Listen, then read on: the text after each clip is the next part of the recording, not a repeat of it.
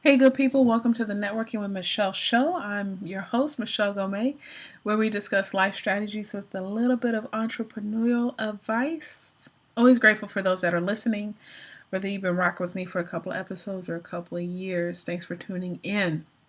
And I am wrapping up part 3 of this podcast breakdown, where I've just been discussing what's been going on in my life, the challenges I've been encountering over the past couple of months, and when and how shit hit the fan, right? And that is life. That is life. When and how shit hits the fan. But look, I'm grateful. I'm bouncing back, and all of it is about perseverance. You know, at the end of the day, just being resilient, believing in God, believing in yourself, moving forward. And even when there are forces that work against you, whether that's people, resources, just shit, nature, um, just push through. I always say praying and pushing and praying. And I'm grateful to get to the other side of whatever mess I was on a couple of months ago. So I just want to take a moment to go over a few things, some of the challenges. I've expressed that in the first episode, but some of the challenges that I've been going through with podcasting, and what I plan on doing or working through over the next couple of months. I think the most important thing I have to say is I'm actually going to take a break. So I'm recording this on November 11th. Shout out to all the veterans. You are appreciated. You are loved. Thank you for serving. And then I want to pick back up on the week of January 14th. And I've taken breaks before, obviously, without any announcement. But I think it's really important that I say this for myself, right? Like, I need to say I'm announcing that I'm taking a break. That way, for me, it's removing all guilt. It's removing all mental anguish. Because, and I speak to a lot of other podcasters, and we share the struggle. It's like, man, I need to get back on my show. I need to start recording. And you release an episode one week thinking you're gonna do another episode, another recording or interview the week after, or whatever your schedule is. And sometimes that just doesn't happen. But I kind of feel like if I say, hey, I am taking a break until January 14th, that is 2 months. But more importantly, it's 2 guilt-free months. Guilt-free months. And then I'll just go from there. I will say this, because I do have a lot of things going on in my life. I can't anticipate anything right now. But if I need to jump on and do like a quick announcement, I'll do so. Especially with the way things are moving with the marketing association, I definitely want to keep you abreast on that. And I thought about just doing announcements, but I learned so much about myself. I learned through other people through this platform that I'm able to share with y'all.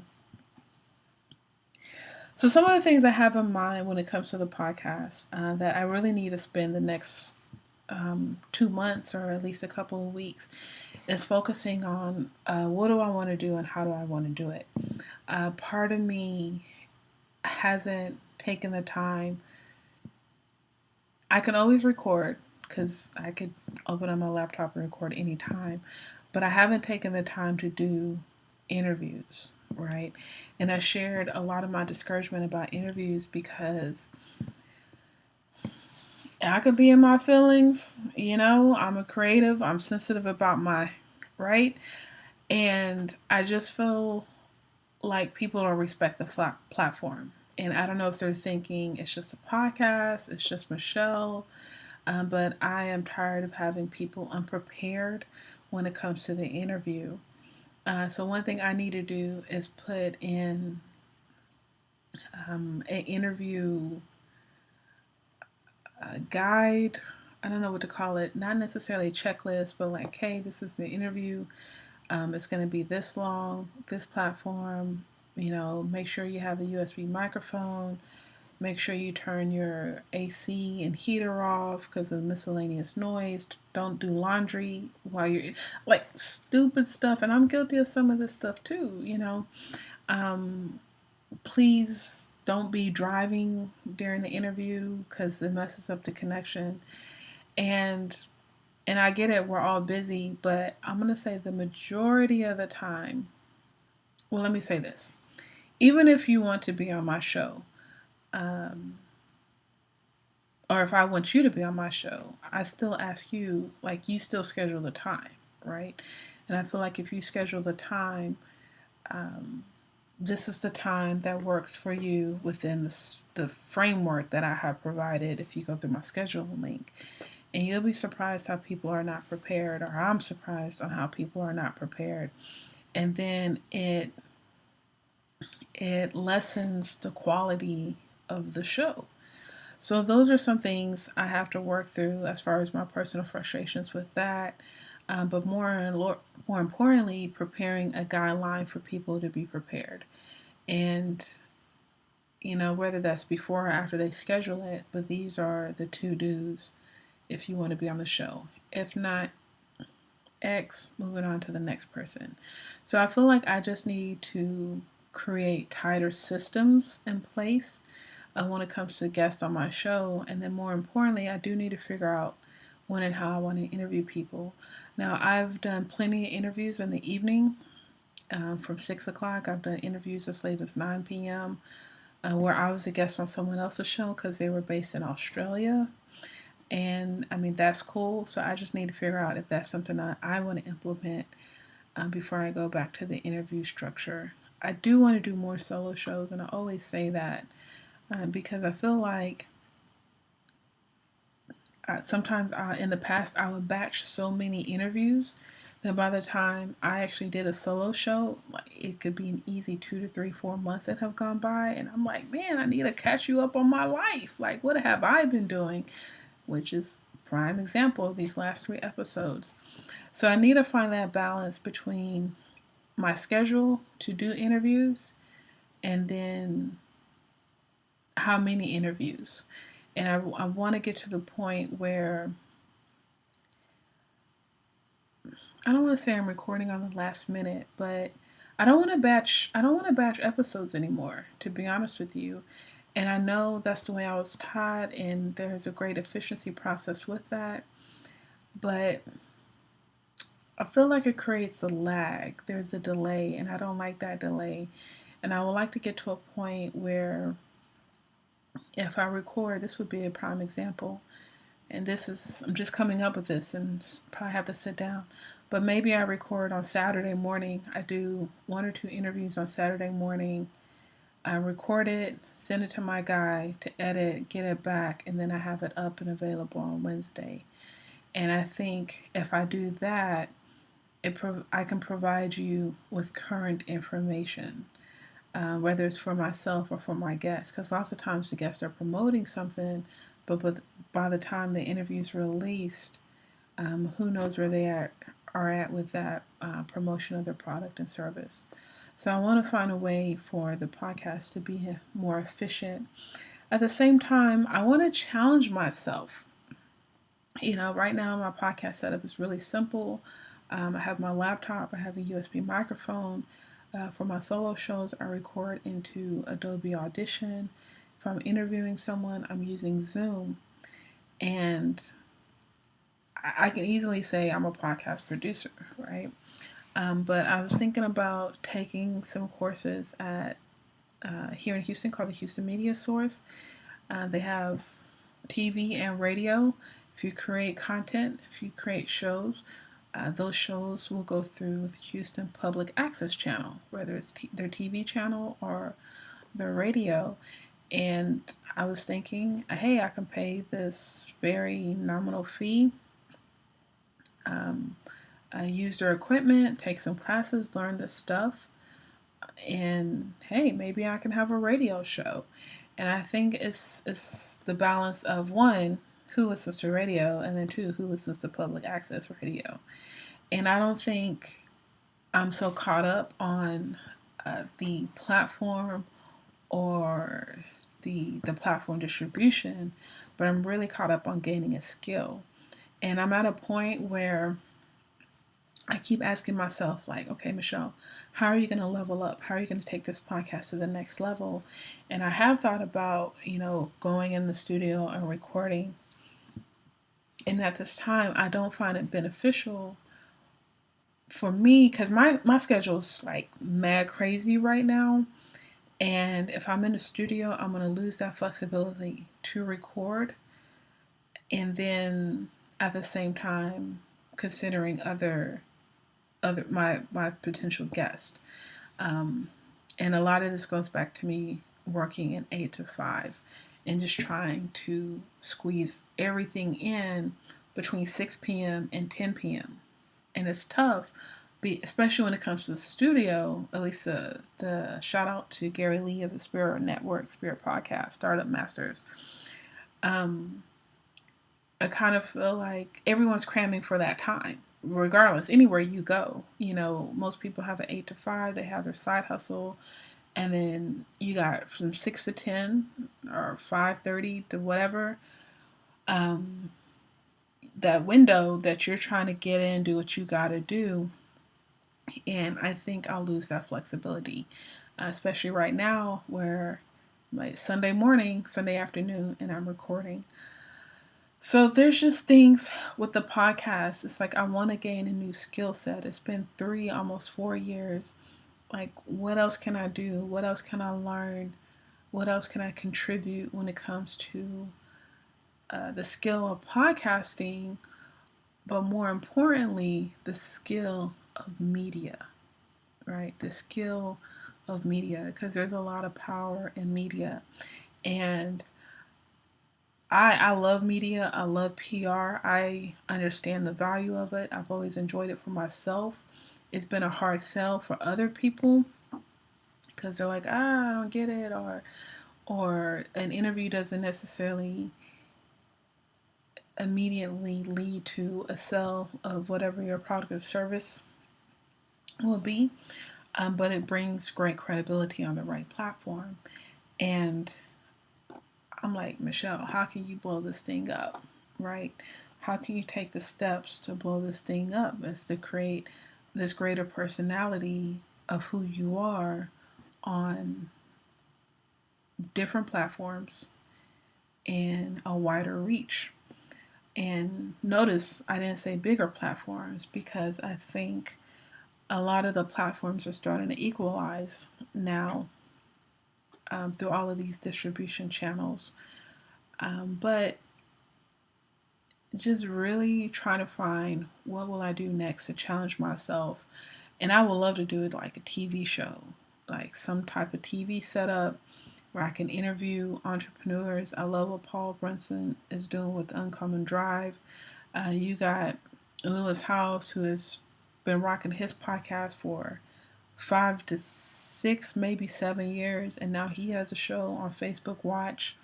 Of course, Jada Pinkett Smith, Red Table Talks on Facebook Watch. She is killing it. And like those folks are on other levels, right? When it comes to the money and the resources as well as the network. But they're still on Facebook. They're still on Instagram, right? So that's what I mean when the platforms have equalized. But what can I do that is excellent, different, visually appealing, the right guest, the right setup, and putting it on a Facebook, putting it on an IGTV, putting it on a YouTube. And that's where my mind is right now. And maybe I will, maybe I won't keep the podcast. I don't know yet. It's too early to tell. But I really am, like every day I'm pounding on my head. It's like, okay, Michelle, what's next? What's next? How are you gonna challenge yourself? How are you gonna level up? And that is what I'm on right now. That is what I'm on. So any ideas, let me know. Throw them at me. Resources, anything, because I think that's important. And I don't want to feel stagnant through my podcast. And I think that's becoming a fear. I don't want to feel stagnant through my podcast. And I don't want to let it go because this podcast has opened up so many doors for me and has allowed me to come across so many people on my platform, inviting me on their platform. And I don't think I'm going to lose it, but it's trying to figure out if and when my podcast ends, how can I still leverage the podcast? And I've seen a few people do it, not many, but I don't know if they wanted it to end. I think they've had, once again, it hit the fan, and it's like, oh hell, they left it alone, which I totally understand and it's valid. And I've thought about, I'm approaching 200 episodes. I was like, maybe this is a nice round mark. But how am I going to continue to leverage the platform? And let me vent real quick. And I've seen people online, I don't know them personally, and they're like, oh, they're the podcast host of da da da da. And they have a podcast, and the podcast is old, right? And they're still promoting the podcast. And sometimes I'll listen to the first episode and I'll listen to the last episode because it'll be like less than 10 episodes. And we have this thing in the podcast community where if you do 7 or less episodes, it's pod fade, right? So you basically underestimated the wherewithal of creating a podcast show.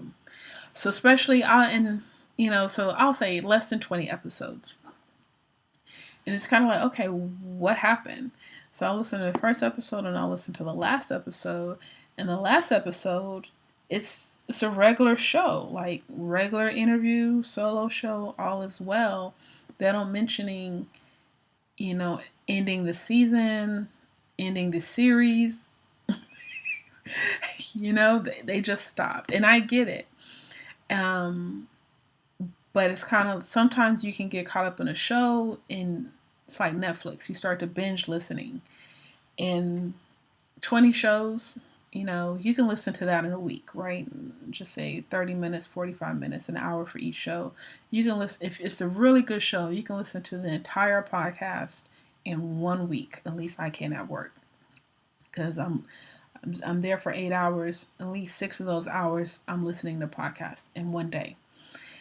And it's like, that's it. The end. What's next? I want more. And this person's nowhere to be found. And I know I put my work in. I know I put my work in and my dues and all that kind of stuff.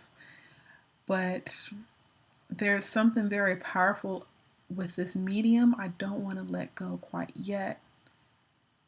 But then I don't want to be stagnant as well. So I thought about changing the format of my shows. Well, I haven't had a format, right? If it's solo, it's just me running out the side of my neck like I am now. So thank you once again for your time. Or I'm doing an interview. So I've been thinking about doing like some segments, trying to I really want to create a skill. Like I really want to find a way to create a skill through this podcast. So I've actually been listening to other solo shows that have different segments, and I've been listening to radio, right? And who listens to radio?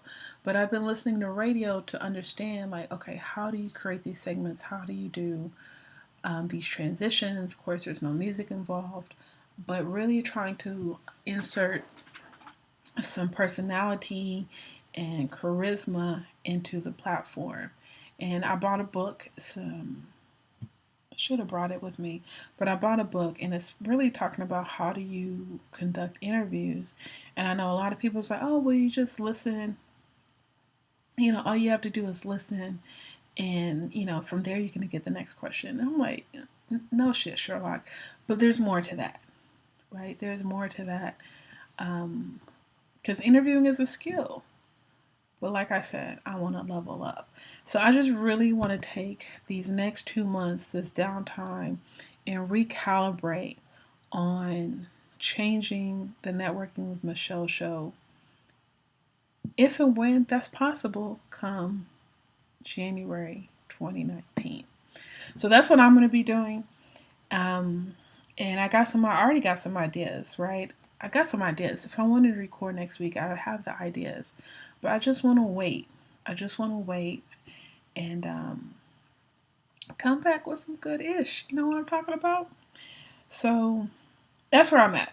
That's where I'm at with the podcast. And let's see, I'm just reading some notes here. Okay, so what to expect for the next 2 months. I'm going to take a break recording, unless something major comes up. I might do a quick announcement here and there, but a new show will come up the week of January 14th. I think January 16th is a Wednesday. So new shows will air out on Wednesdays. Now, I mentioned it's just easier because my clients' shows come out on Mondays, and it was just a lot trying to manage the workload on Sundays or whatever. But once again, as always, I appreciate your time. Make sure you check out my website, michellegourmet.com. Follow me on Instagram, all social media platforms, Michelle Gourmet. Instagram for the cool stuff, Facebook for the real stuff, LinkedIn for the professional stuff. You can shoot me an email at info@michellegourmet.com. Remember, a personal connection leads to an influential network. Thanks for networking with Michelle.